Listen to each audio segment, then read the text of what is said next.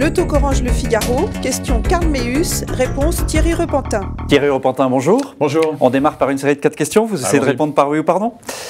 L'Algérie a-t-elle eu raison de donner l'assaut? Oui, sans doute dans son contexte algérien. La France est seule à intervenir au Mali, l'Europe nous a laissé tomber? Non. Êtes-vous favorable, je change complètement de sujet, à un référendum sur le non-cumul des mandats? Non. Le plan social que Renault a annoncé vous satisfait? Ce n'est pas un plan social. Quand même suppression d'emplois, plus de 7000 suppressions d'emplois? Il n'y a pas de licenciement, on ne peut pas parler de plan social, donc c'est difficile de vous répondre oui ou non sur cette question. On va y revenir tout à l'heure. C'est plutôt une adaptation conjoncturelle au marché et on est en phase de négociation, il n'y a pas de décision. On va y revenir. Merci d'avoir joué le jeu au moins sur 3 questions, mais la 4e était effectivement, c'était compliqué de répondre juste par oui ou par non. Merci de me l'accorder. Marine Le Pen était sur France Info ce matin, je vous propose de l'écouter. L'armée française est en train de réparer aujourd'hui au Mali les conséquences des fautes politiques et géostratégiques majeures de la part de nos dirigeants.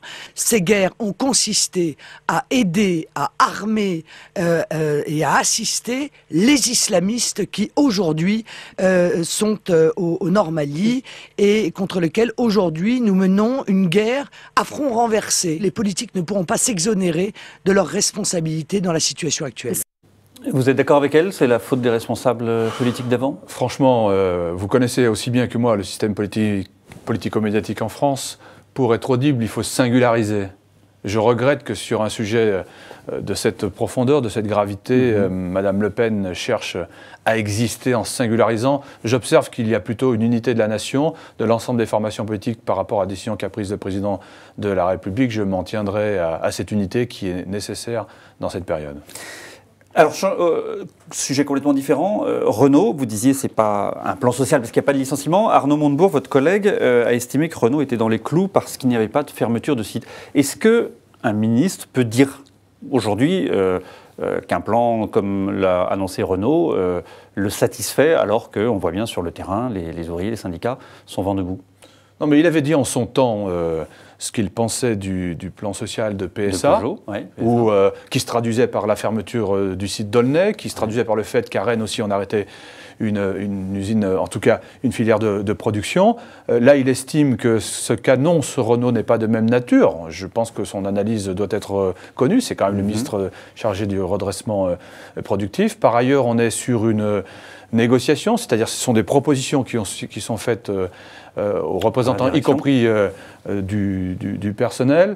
Et c'est plutôt une adaptation au fait qu'il y ait un effondrement du marché, vous le savez très bien, automobile en Europe. Et en France, 14% de moins sur l'année 2012, il n'y aura pas de fermeture. Il n'y aura pas de licenciement, et je crois même que Arnaud Montebourg, dans son rôle, a demandé aussi à Carlos Ghosn de voir comment le fait qu'il était à la tête d'une entreprise qui comporte aussi d'autres producteurs, notamment Nissan, que Nissan aille en quelque sorte en appui d'un moment difficile de Renault. Je comprends l'immédiateté qu'il faut apporter à des réponses, notamment vis-à-vis de l'opinion publique et des salariés qui sont inquiets, c'est naturel. On comprend aussi que tout cela prend un petit peu de temps. Est-ce que c'est pas embêtant, des annonces comme ça, au moment où, à l'Assemblée, il y a le vote du contrat de génération, il y a eu les emplois d'avenir, et qui sont des dispositifs qui mettent un peu de temps à se mettre en place? Ça prend effectivement un petit peu de temps à mettre en place. Ça fait aussi écho à un aspect très positif de l'accord qui a eu lieu sur la sécurisation de l'emploi, et notamment du fait que des représentants des salariés seront aussi dans les conseils d'administration. Ça permet de beaucoup mieux anticiper aussi ce type d'annonces et d'évolution sur les effectifs. Donc c'est une bonne décision dans le contrat de sécurisation. Par ailleurs, les emplois d'avenir, c'était un engagement, c'est fait. Aujourd'hui, on est un peu plus de 3000 alors qu'on est depuis 2 mois. 3 000 contrats ont déjà été signés. 3 000 sont déjà signés, 20 000 sont identifiés, sont dans les tuyaux et seront signés dans les mois qui viennent avec un objectif de 100 000 à la fin de l'année. Et sur les contrats de génération, le secteur non marchand est le pendant en quelque sorte pour le secteur marchand, c'est le contrat de génération. Michel Sapin a conduit pour le gouvernement le débat au Parlement en ce début de semaine. Je l'ai accompagné sur la formation. Ça y est, le texte sera voté la semaine prochaine. Il partira au Sénat. Il y a une procédure d'urgence.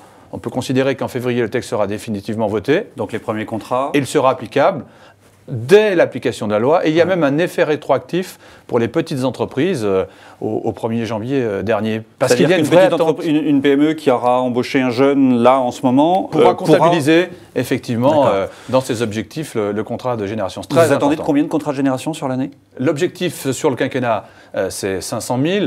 Il va y avoir une montée en puissance. Il faut faire connaître les dispositifs aux acteurs économiques. On peut estimer que de l'ordre de 80 à 85 000 contrats de génération en seront signés. Est-ce que ça sera suffisant pour tenir l'engagement du chef de l'État qui avait dit la courbe du chômage s'inversera à la fin de l'année? Est-ce que les emplois d'avenir et les contrats de génération seront suffisants? Ce sont deux éléments qui permettront effectivement de traduire dans des faits cette volonté de ne rien négliger pour lutter contre le chômage. Ces deux éléments parmi d'autres, vous auriez pu, ou j'aurais pu, d'ailleurs je le fais, citer le pacte de compétitivité avec le CICE qui permettra effectivement d'amoindrir le coût du travail. C'est aussi les dispositions que Michel Sapin portera sur la sécurisation de l'emploi. C'est aussi les dispositions que je présenterai sans doute au mois de juin sur le développement de l'apprentissage, l'amélioration de la formation professionnelle en France. Et il faut mettre toutes ces pièces les unes à côté des autres pour qu'on ait une image plus complète du puzzle, de toutes les mesures, de tous les outils que nous devons mettre en place pour atteindre cet objectif de l'inversion de la courbe du chômage en fin d'année. Sur le projet de loi, sur la flexi-sécurité, quelle sera la marge de manœuvre des députés? On entend ici ou là un certain nombre de députés socialistes qui disent on veut pouvoir faire des amendements. Qu'est-ce que vous dites? C'est le texte, rien que le texte, ou il y aura quand même possibilité de faire des amendements? Il y a sous la houlette de Jean-Marc Ayrault la volonté d'une gouvernance différente.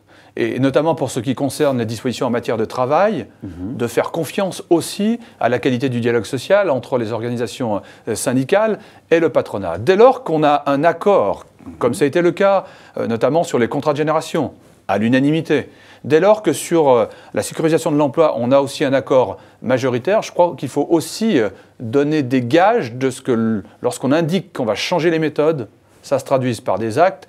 Et donc l'idée, c'est de conforter par une loi qui respecte ses engagements la qualité du dialogue social. D'accord. Donc les députés socialistes pourront faire des amendements, mais sur d'autres projets. Il y a eu déjà un dialogue depuis quelques jours. Ils savent combien c'est important dans le temps, effectivement, de sécuriser ce dialogue. Dernière question sur le cumul des mandats. Donc le président a annoncé qu'il y aura une loi qui s'appliquerait, on n'a pas la date précise, mais en tout cas avant la fin de son quinquennat. Vous avez été sénateur, les sénateurs socialistes renaclent. Vous leur dites quoi aujourd'hui? Vous m'avez demandé si j'étais pour un référendum. Je vous ai dit non. Parce que moi, je souhaite que l'engagement qui a été pris devant les Français par François Hollande se traduise par une loi dès cette année. Si on veut faire rentrer des jeunes aussi, pas exclusivement dans les entreprises, mais dans le monde politique. C'est le contrat de génération des parlementaires. Si on veut... non, parce que le contrat de génération, il dit qu'il faut maintenir le senior dans l'entreprise. Voilà. Donc là, on ne dit pas qu'il faut maintenir le parlementaire au Parlement. Mais si on veut faire aussi rentrer de la mixité...